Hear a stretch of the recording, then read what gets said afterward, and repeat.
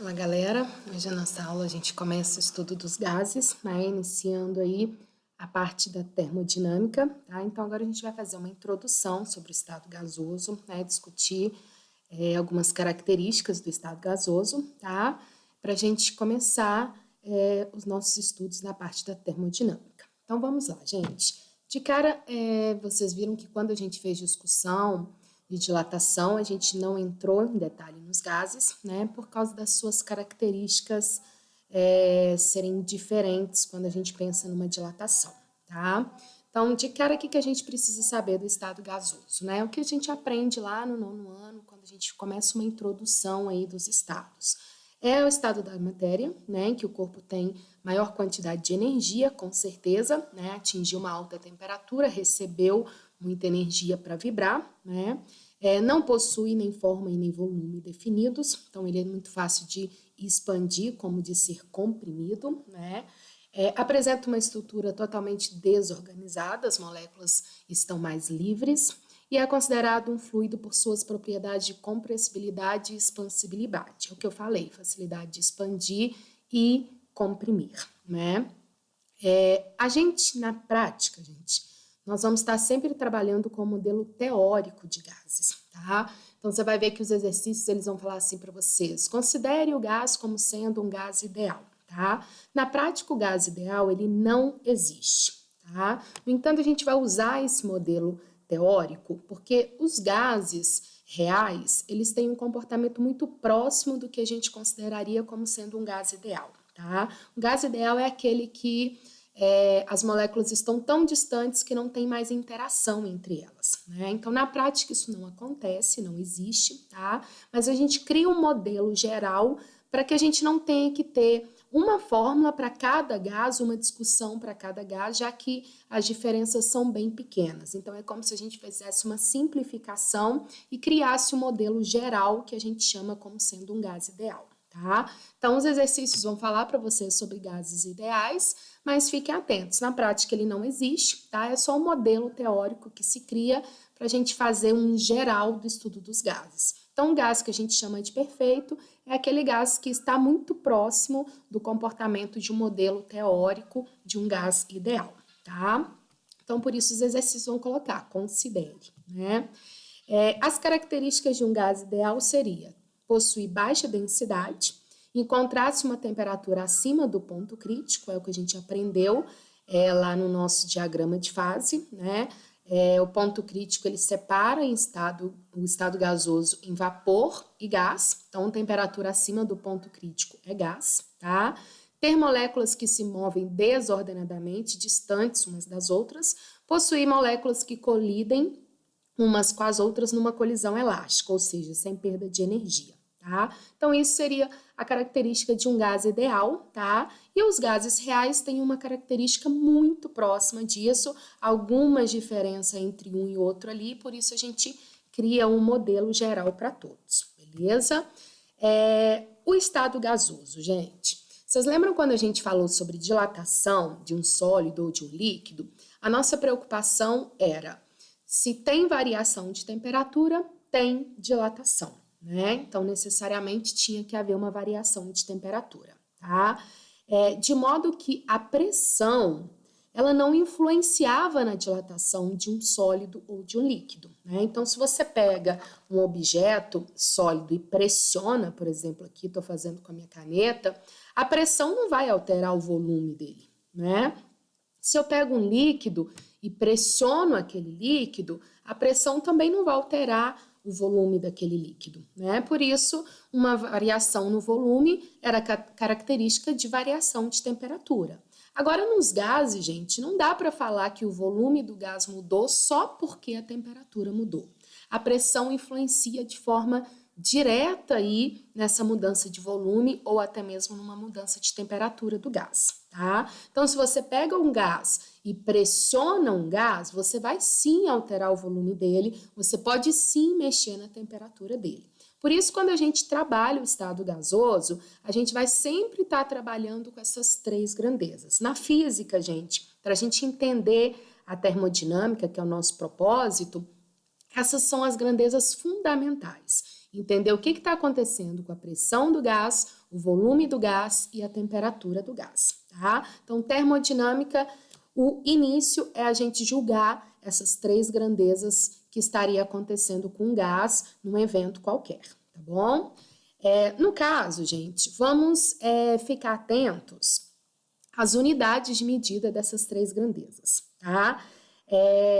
O volume, ele pode estar em sistema internacional, que é o nosso metros cúbicos, tá? Mas ele aparece muito em sistema usual, que é o litros. Então, pelo menos, gente, lembrar dos dados mais utilizados. 1 litro equivale a 1 decímetro cúbico, 1 metro cúbico, 1000 litros, principalmente esse aqui que a gente usa muito, metro cúbico, que é sistema internacional, e litro, que é sistema usual, tá? E o litro, que é 1000 centímetros cúbicos, também costuma aparecer análise aí de centímetros cúbicos. Então, lembrar que o volume, no caso da termodinâmica, trabalhando um gás, a gente pode ter em sistema internacional ou a gente pode ter em sistema usual, tá? No usual aparece muito litros, podendo aparecer centímetro cúbico ou decímetro cúbico, tá? Mas pelo menos lembrar que 1 metro cúbico equivale a 1000 litros, nem sempre isso vai ser dado no exercício, você que vai ter que trabalhar, né? Outra análise é as unidades de pressão. Sistema internacional, gente, a pressão é dado em Pascal, tá? Pascal é a mesma coisa que Newton por metro quadrado. Então, se apareceu Newton por metro quadrado ou apareceu Pascal, estamos trabalhando a mesma coisa, tá? Então, isso é o sistema internacional, unidade do sistema internacional. E o ATM é o sistema usual. Então, aparece muito para vocês a pressão em ATM. Então, 1 ATM, 1 vezes 10 a 5 Pascal. Tá? Isso aqui o exercício te dá, e quando a gente falar lá em hidrostática, a gente vai explicar essas transformações de pressão, não vou entrar em detalhe aqui, tá? Mas são as transformações que a gente costuma fazer, ATM para Pascal ou Pascal para ATM, tá? E tem o milímetro de Hg também como sistema usual, tá? Então, aqui é equivalente a uma coluna de mercúrio, certo? Mas isso aqui a gente usa mais lá na hidrostática. Aqui na termodinâmica a gente vê muito ATM e Pascal, tá? Lembrando que o Pascal é o sistema internacional. E a temperatura. Esse daqui vocês precisam ficar muito atentos, tá? O volume e a pressão, a gente tem sistema internacional, que é metro cúbico, Pascal, que Pascal, que é a de pressão, tá? Pode ter litros e pode ter TM. A temperatura, gente, não tem uma outra opção. Toda vez que eu estiver estudando gases, tá? Todo o estudo que a gente vai ter de gases em toda a análise da termodinâmica, começou a ler um exercício, ele está falando sobre algum evento que vai acontecer com gás, já fiquem atentos. A temperatura não tem usual, tá? A temperatura sempre em Kelvin, tá? Então, eu não posso usar em graus Celsius. Ah, Renata, graus Celsius é usual. Não, para gases não tem o usual de temperatura. Tem volume e tem pressão, mas temperatura sempre em Kelvin. Por quê, Renata? Porque todos os estudos feitos para criar um modelo teórico, que é o que a gente falou, de um gás perfeito, tá? As constantes criadas foram todas utilizando a escala absoluta, que é a escala Kelvin. Tá? Então, por isso, gente, qualquer exercício que você vai fazer análise do que está acontecendo com o gás, se for analisar a temperatura, temperatura sempre em Kelvin, tá? Então, se estiver em Celsius, passa para Kelvin. Aparece muito em Celsius, né? Então, soma 273 para passar para Kelvin. Se aparecer lá em Fahrenheit também, passa para Kelvin. Então, sempre que falar em gases, temperatura precisa estar em Kelvin, não tem escala usual, beleza? Então, ó, fique esperto que isso aí são algumas dicas iniciais. Agora eu quero envolver a grandeza pressão, porque a gente já falou muito de temperatura, como influencia no volume, né? E a gente não discutiu pressão, porque em sólidos e líquidos isso não fazia diferença. Então, agora eu quero relacionar pressão com temperatura, pressão com volume, né? Discutindo um gás. Então, vamos lá, gente. Relação entre pressão e temperatura. Vou esquecer volume, vou discutir só pressão e temperatura, tá? Vou colocar condições do dia a dia da gente para provar para vocês que o comportamento de um gás real é semelhante ao de um gás ideal, né? Então, imagina que eu tenho aqui uma panela de pressão, ela está vedada, tá? Eu vedo, não tem nada dentro, tem ar, tá? Um gás. Vedei essa panela, tá? E coloco ela no fogo. Então, vou começar a doar calor para essa panela, né? A panela vai dilatar, muito pouco, mas vai dilatar, né? E o gás que está aqui dentro, ele vai começar a agitar, aumentar a temperatura. Então, beleza, recebeu calor, aumenta a temperatura, tá? Gente, esse gás, ele precisa expandir. Ele tem facilidade de expandir quando ele recebe calor, então ele precisa expandir. Só que a nossa panela está vedada, então ela não deixa esse gás expandir. Se não deixa esse gás expandir, o que começa a acontecer? Começa a haver um aumento de pressão das moléculas ali dentro. O que significa, gente? Aumentar a pressão de um gás. É aumentar a colisão entre as moléculas. Então, sempre quando vocês forem pensar, a pressão do gás está aumentando ou está diminuindo numa situação prática? Pensa nas moléculas colidindo, tá? Quanto mais elas colidirem entre si e com as paredes do recipiente, maior vai ser a pressão, tá? Então, o que eu tiro de nota aqui? Se eu aumentar a temperatura, o gás não consegue expandir, então o que acontece com a pressão, gente? Vai aumentar, porque elas vão começar a colidir, bater mais nas paredes daquela panela, né? E colidir mais entre si. Então, uma situação do dia a dia, um aumento de temperatura acarretou um aumento de pressão para aquele gás, beleza? Então, vamos lá, vai lembrando desses dados aí. Agora, eu vou relacionar pressão com volume, tá? Imagina que você tem aqui, olha, um êmbolo e dentro dele você tem ar, um gás qualquer. Poderia ser uma seringa, tá? Que você está em casa e está mexendo no êmbolo dela e está tampando a outra extremidade, tá? Então, beleza, o gás está aqui bonitinho, certo? Aí você vem aqui e exerce uma força, comprimindo o gás, ou seja, diminuindo o volume desse gás. Então, gente, presta atenção como fica fácil. Se você diminui o volume, o que tende a acontecer com essas moléculas? Elas vão ficar mais próximas. Então, elas vão colidir mais. Tem menos espaço, então elas vão ficando doidinhas, elas vão agitando e colidindo cada vez mais. Então, gente, uma diminuição de volume acarretou um aumento de pressão. Então, olha a jogada, hein? Pressão e temperatura diretamente proporcionais. Aumentou a temperatura, aumentou a pressão, né? Pressão e volume inversamente proporcionais. Você comprime o gás, as moléculas vão colidir mais, né? E mais uma análise, o número de moléculas, tá? Aqui a gente vai trabalhar o número de moléculas para a gente entender a equação geral, né?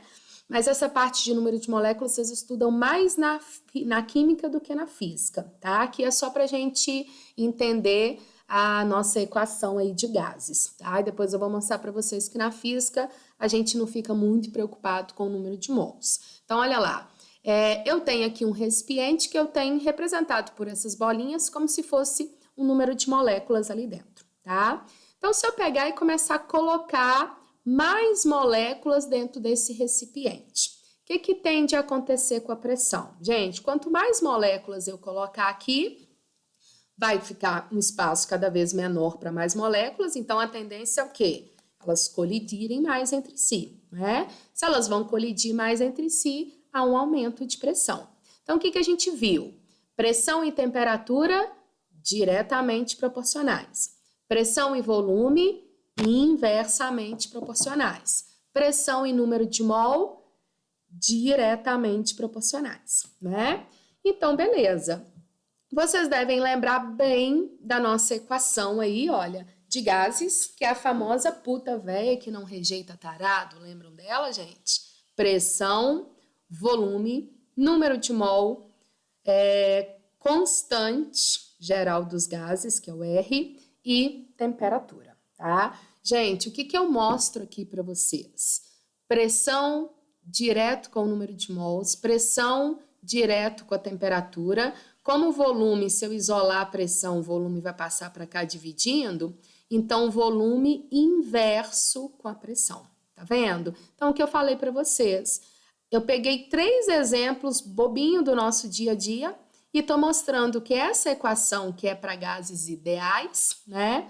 Ela atende muito bem para um gás real, tá? Então, pressão direto com temperatura, pressão direto com o número de mols e inverso com o volume. E o R é uma constante geral para os gases. Por isso que eu falei para vocês, é aqui que a gente cria aquele modelo, né, de gás ideal, porque você adota uma constante para todos os gases, né? Então faz um geral ali.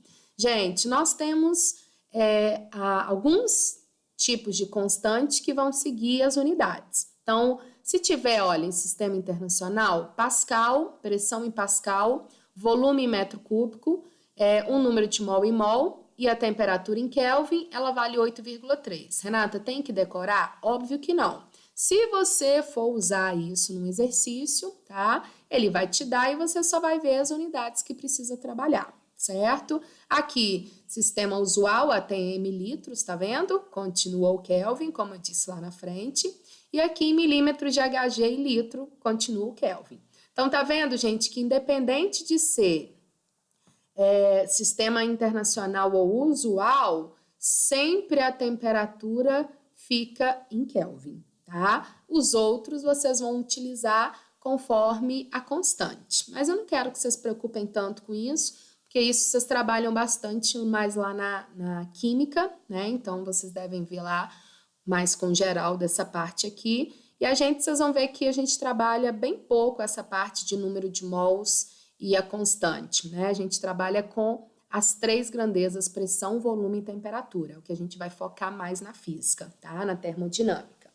E aí, galera, visto isso, a gente começa a discutir, a gente, na verdade, para termodinâmica, a gente precisa discutir 5 transformações. Gente, o gás, ele pode sofrer uma infinidade de transformações, tá? Então, pode, às vezes, aparecer exercícios que tenha transformações que você nem estudou, tá? Porque pode acontecer vários tipos de transformações, né?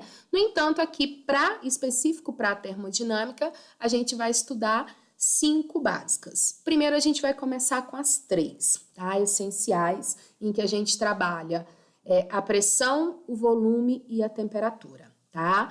Em cada momento, mantendo alguém constante. A transformação que a gente chama de isobárica é quando você mantém a pressão constante, tá? Então, lembra que isobárica, você vira o B aqui, vira um P, né? Então, isobárica, quem não muda é a pressão.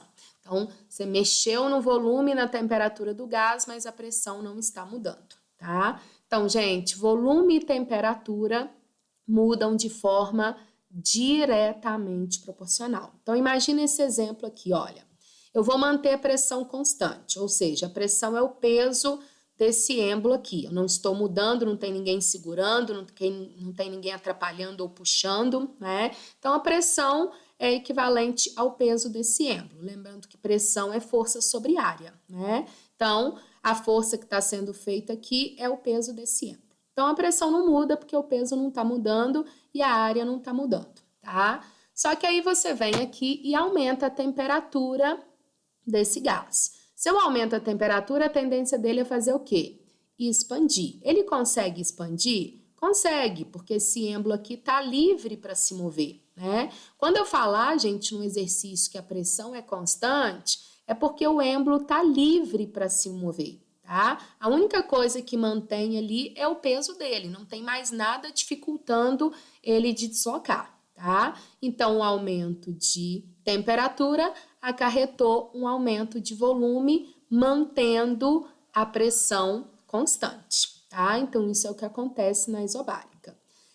Na transformação isocórica, agora eu mantenho o volume constante. Isocórica, isométrica, isovolumétrica, tudo a mesma coisa, tá? Parece muito isocórica, mas pode aparecer isométrica ou isovolumétrica. Isso quer dizer que agora o volume ficou